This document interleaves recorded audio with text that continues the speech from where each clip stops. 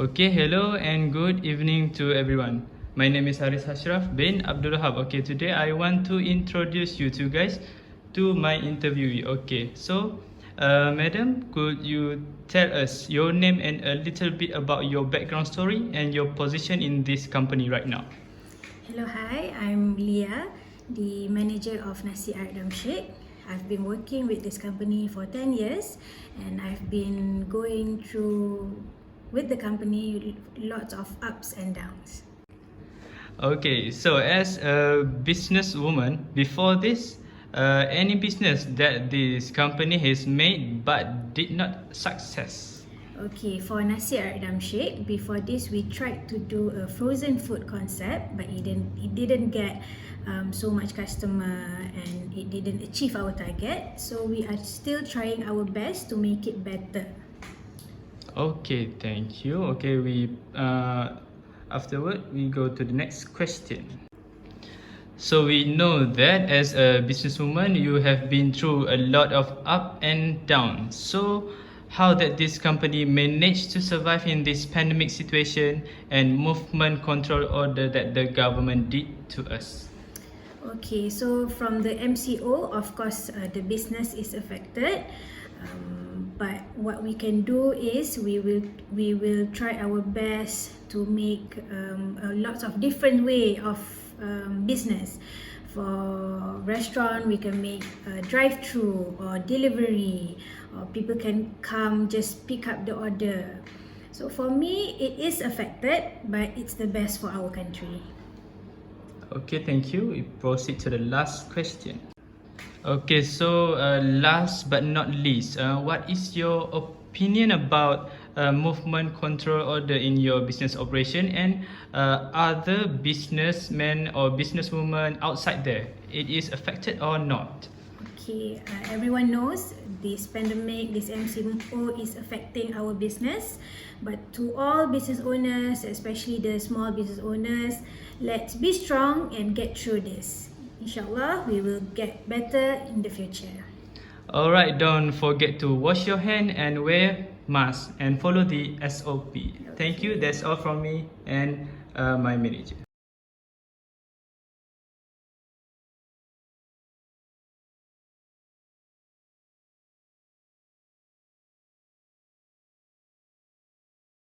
Okay, hi everyone. I'm here with a local businessman, Mr. Kevin. So, hi, Mr. Kevin. Hello. So, Mr. Kevin, can you explain to us what kind of business you're doing? We breed and sell betas. Okay, so Mr. Kevin, before the pandemic, how was your business going? Before was okay, was good. And since the pandemic, many people left their jobs. They are left without jobs and everything. So, how does this affect your business? There's few aspects to look into it lah.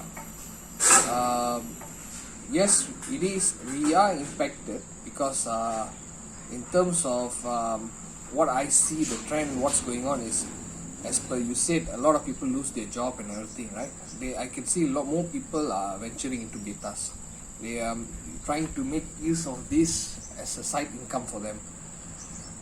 So in that way, a slight rise in the business for temporary. Then after that, things slow down back because we are unable to allow customers to walk into the farm, nor limited postage time. So courier service are not able to operate or deliver on time. Also, is a very big impact for us now. Okay, Mr. Kevin. So, like as you said, if there's like before the pandemic, people come to your farm, they visit your farm and they select their fish. Yeah, So now, how are you selling your fish during this pandemic? through online only lah. Through online. Yeah. So that's all for today, Mr. Kevin. Thank you, Mr. Kevin, for your time. Thank you so much. Based on the interview given by Mr. Kevin, we can note that his business was going smoothly before the pandemic. This is because the customers were allowed to walk into his farm, select their ideal fish, and walk home with a smile. However, during the pandemic season, Mr. Kevin claims that his business has raised and dropped. The reason for the rise can be tracked back to jobless people. Since the pandemic, many people began to lose their jobs and are left at home with ample of time. To kill their free time, they began to venture themselves in the better world, which increased Mr. Kevin's sales. These jobless people were also the reason for the drop of Mr. Kevin's business. Since they had ample time to learn how to breed bedders, they began breeding them and selling them. Their small businesses began to turn into their primary source of income, thus increasing the figures of better breeders in Malaysia and the competition for customers. Besides jobless people, postal services contributed to the drop of his business. Postal companies are now delaying their parcel delivery due to their overloaded parcels in their warehouse. This causes the customers of Mr. Kevin's to not to receive their fish on time, which impacts Mr. Kevin's business. If the arrived fish is dead, it leaves a huge mark on Mr. Kevin's business, which is the reason why Mr. Kevin prefers not to ship his fish during the pandemic, which contributed to his low sales.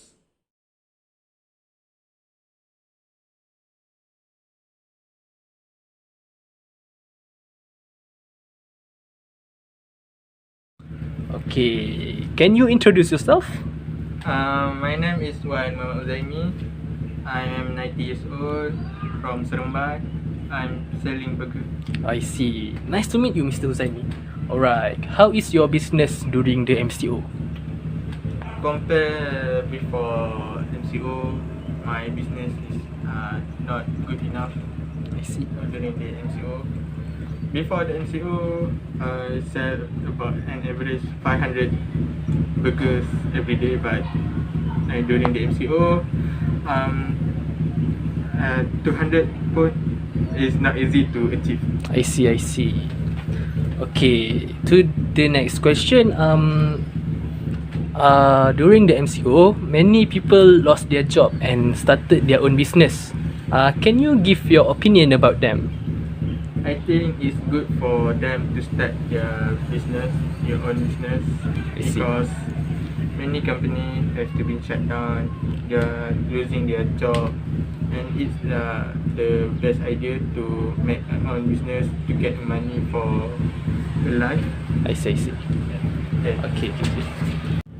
Okay, as for the next question, what advice would you give to those people that have just started their own business?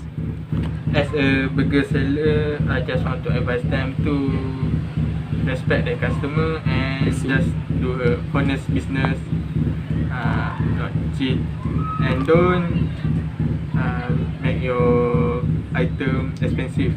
I see, I see. And last but not least, stay at home, stay safe. I see. That is a good advice. Alright, thank you, Mr. Huzaimi. Welcome, brother.